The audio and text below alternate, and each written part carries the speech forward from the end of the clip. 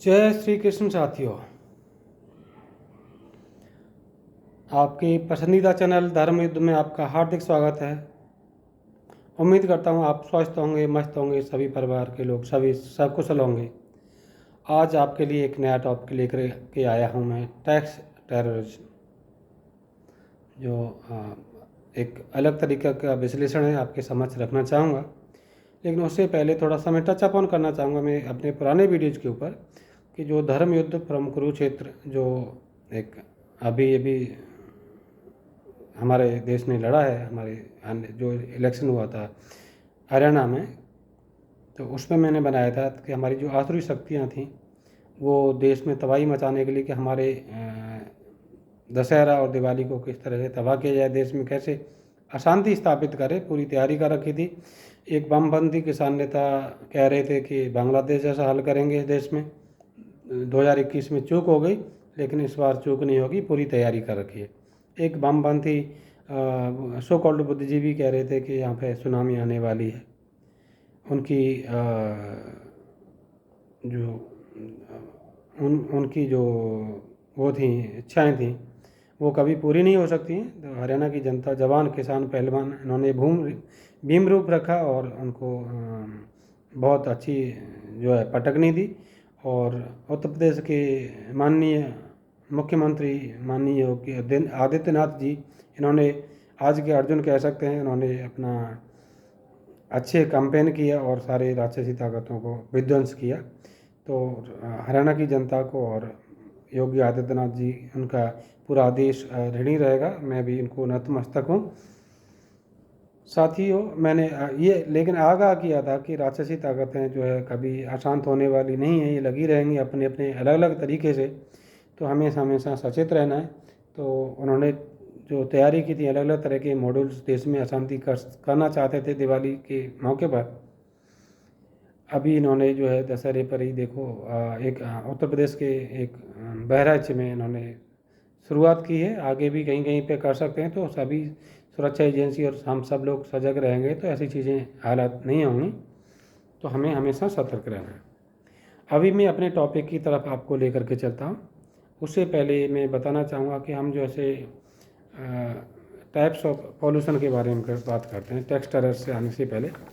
तो पॉल्यूशन भी बहुत तरह के होते हैं, जैसे कि एयर पॉल्यूशन हो गया, वाटर पॉल्यूशन हो गया, नॉइज़ पॉल्यूशन हो गया, लाइट पॉल्यूशन हो गया, इंडस्ट्रियल वेस्ट पॉल्यूशंस हो गए, हमारे जो प्लास्टिक वेस्ट पॉल्यूशंस हो गए। ये बहुत तरह के पॉल्यूशंस होते हैं। उसी तरह से टेररिज्म भी बहुत तरह के होते हैं, जैसे कि हम क्रॉस बॉर्डर टेररिज्म बोलते हैं, नक्सलिज्म होती है, हेट स्पीच होती हैं, प्लान्ड कम्युनल एक्टिविटीज़ होती हैं, जो एंटी नेशनल एलिमेंट्स हैं, जो राक्षसी शक्तियाँ हैं जो कि वो कम्युनल राइट्स कराने के लिए कोशिश करती हैं। कहीं पत्थरबाजी करा दी, कहीं कुछ और करा दिया, ऐसे षड्यंत्र करते रहते हैं त्योहारों के मौके पर। और धरना प्रदर्शन कराते हैं कहीं कहीं पर, जो बिना किसी रीजंस के, जिससे देश की प्रगति रुके, हमारे देश की। तो वो तरह के होते हैं। और एक उसमें और भी मैं जोड़ना चाहूँगा कि तुष्टीकरण की राजनीति और धर्मांतरण, इसको भी मैं टेररिज्म की कैटेगरी में रखना चाहूँगा। और उसको मैं आगे टैक्स टेरर से आपको लिंक करता हूँ कि वो टैक्स टेरर में कैसे आता है। तो अभी हम टेररिज्म फाइनेंसिंग भी कई तरह की होती है, जैसे कि इलीगल एक्टिविटीज़ के through human trafficking, drug trafficking, arms trafficking के थ्रू फंड जुटाना। लेजिटिमेट सोर्स होती हैं, कुछ एनजीओज के थ्रू पैसे आना है किसी व्यक्ति विशेष से या किसी ऑर्गेनाइजेशन से या किसी विदेशी शक्तियों से, या इंटरनल एजेंसी भी उनको फंड कर रही हैं। और कुछ इलिसिटेड ट्रेड होती हैं, मनी लॉन्ड्रिंग के जरिए डिजिटल करेंसी वगैरह के थ्रू पैसा आना, और वो पैसा धर्मांतरण में यूज हो रहा है। नंबर 2, ये जो तुष्टीकरण में की राजनीति में हो रहा है, या देश की अंदर की जो कानून व्यवस्था को नुकसान पहुंचाने के लिए, टेरर फैलाने के लिए पैसा यूज हो रहा है। तो वो टेरर फाइनेंसिंग की कैटेगरी में आएगा। तो मैंने जो बताया था कि धर्मांतरण और जो तुष्टीकरण की राजनीति को मैं टेररिज्म में क्यों लगाना चाहता हूँ, क्योंकि ये जो है ये इंटरनल थ्रेट डेवलप करने के लिए और डेमोग्राफी चेंज करने के लिए, कम्युनल राइट्स बढ़ाने के लिए ये चीज़ें की जाती हैं। तो मैंने उसको टेररिज्म की एक्टिविटी में रखा है। अब एक महत्वपूर्ण में जो टैक्स टेरर की बात कर रहा था, तो जो गवर्नमेंट फंडेड गवर्नमेंट जो देश की सरकार है, कोई भी देश की सरकार होती है, मैं पार्टी की सरकार तो इसको कोई नहीं कह सकते हैं। कोई भी पार्टी आए, वो गवर्नमेंट जब फॉर्म करती है तो देश की सरकार हो गई या राज्य सरकार हो गई, तो वो जो पैसा देती हैं, मुफ्तखोरी में पैसा दे रही हैं या मनरेगा के थ्रू जो पैसा जा रहा है, और वो लोग मुफ्तखोरी में, चाहे फ्री घर मिल रहा है, फ्री बिजली, फ्री पानी, फ्री राशन, फ्री यात्रा, free medical facilities etcetera etcetera, कई इत्यादि इत्यादि जो चीज़ लाभ ले रहे हैं, और वो लोग जो है टेरर एक्टिविटीज़ में इन्वॉल्व हैं। मीन्स टैक्स का पैसा लेकर के टेरर फैलाना। तो इसलिए मैं इसको टैक्स टेरर की कैटेगरी में रखना चाहूँगा। तो कुछ ऑर्गेनाइजेशंस हैं या इंडिविजुअल्स हैं, मैं उनका इस तरफ ध्यान आकर्षित करना चाहूँगा कि उसको कैसे रोका जाए और वो टैक्स टेरर है क्या और क्यों है।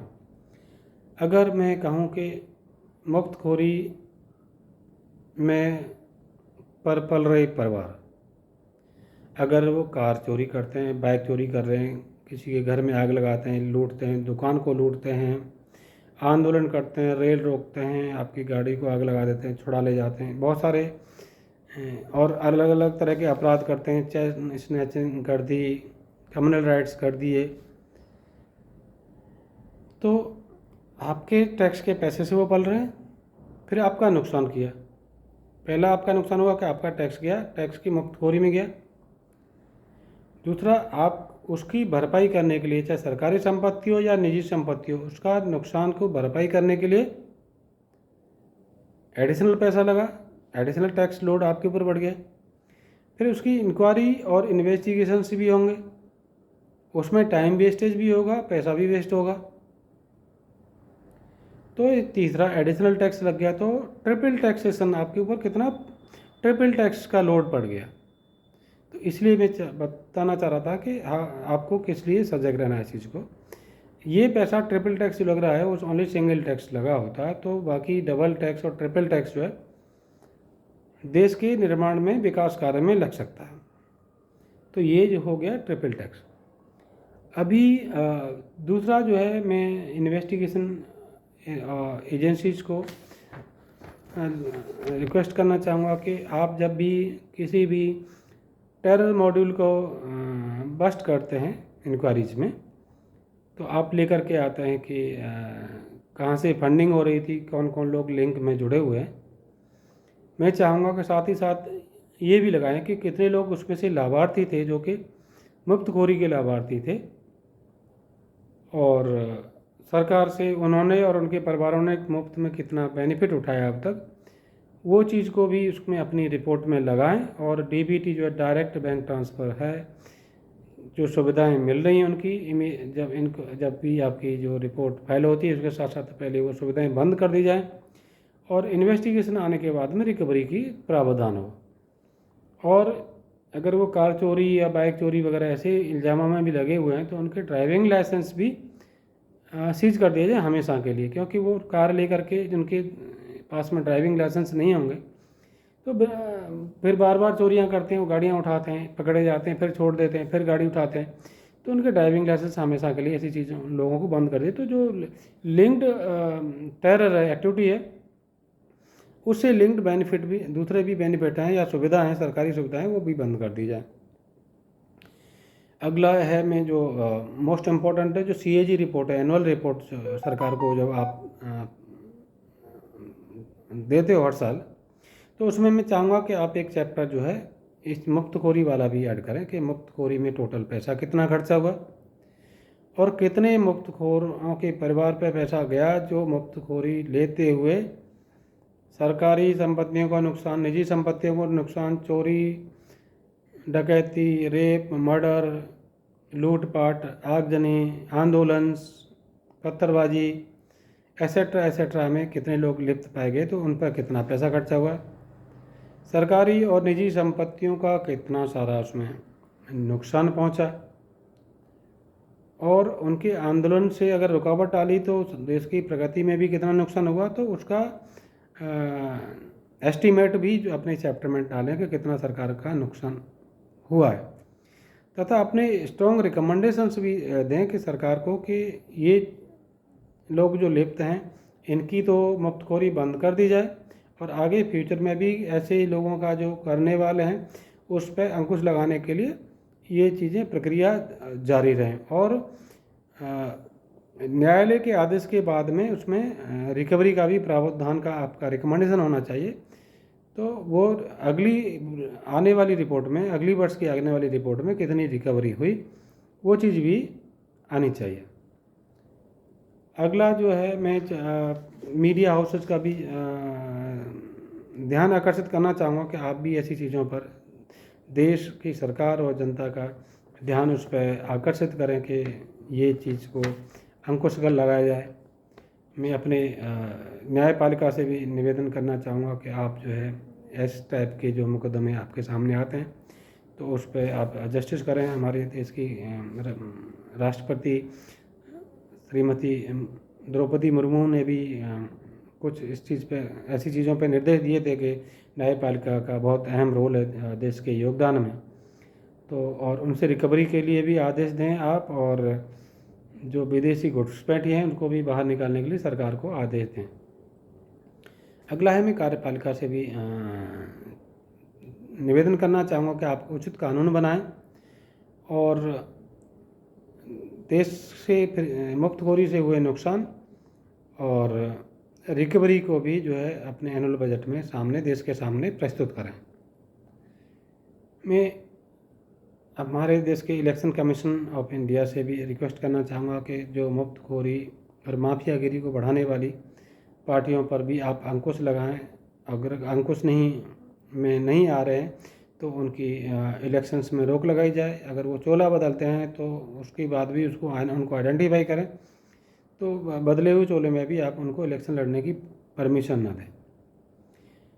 मैं एडवोकेट अश्विनी उपाध्याय जी से भी निवेदन करना चाहूँगा कि आप जो है बहुत ही अच्छी याचिकाएँ, इम्पोर्टेंट देश हित की जो जनहित याचिकाएँ लगा रहे हो माननीय उच्च न्यायालय में, तो ये टैक्स टेरर वाली भी एक याचिका माननीय उच्च न्यायालय में आप लगाएं, जिससे देश का भला हो और आतंकवाद और इंटरनल सिक्योरिटीज़ को जो चैलेंजेस हैं उस पर अंकुश लग सके।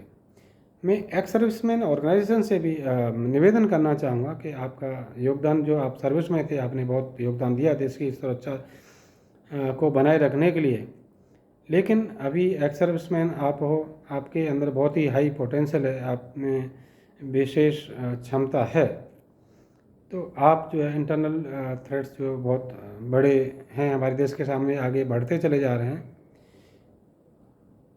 पुलिस फोर्सेस नाकाफ़ी हैं, एडुकेट नहीं हैं, या अलग अलग क्षेत्रीय दलों के दबाव में काम नहीं कर पाती हैं, तो आपकी जिम्मेदारी है कि आप राज्य सरकार के साथ में तालमेल बिठा करके कैसे राज्य में शांति स्थापित की जा सकती है और कैसे मदद की जा सकती है, आप उस पर काम करें और देश को मजबूत बनाएं। हमारा देश मजबूत होगा तो दक्षिण एशिया मजबूत होगा, पूरा दक्षिण एशिया में अच्छा विकास होगा। वसुधैव कुटुंबकम की नीति पर चलने वाला हमारा देश है, तो हम चाहते हैं कि पूरा दक्षिण एशिया में शांति स्थापित हो, पूरा दक्षिण एशिया विकसित हो, उसके बाद में आगे विदेशों को भी जो है उसके बाद में विश्व में शांति स्थापित करने की भी भारत में बहुत अहम क्षमता है। इंटरनल थ्रेट्स को पहले कंट्रोल करना है। अगला है मैं पूरे देश की सभी देशवासियों से भी उम्मीद करता हूँ और निवेदन करता हूँ कि आप जो है ऐसा धर्म युद्ध में देश का साथ दें।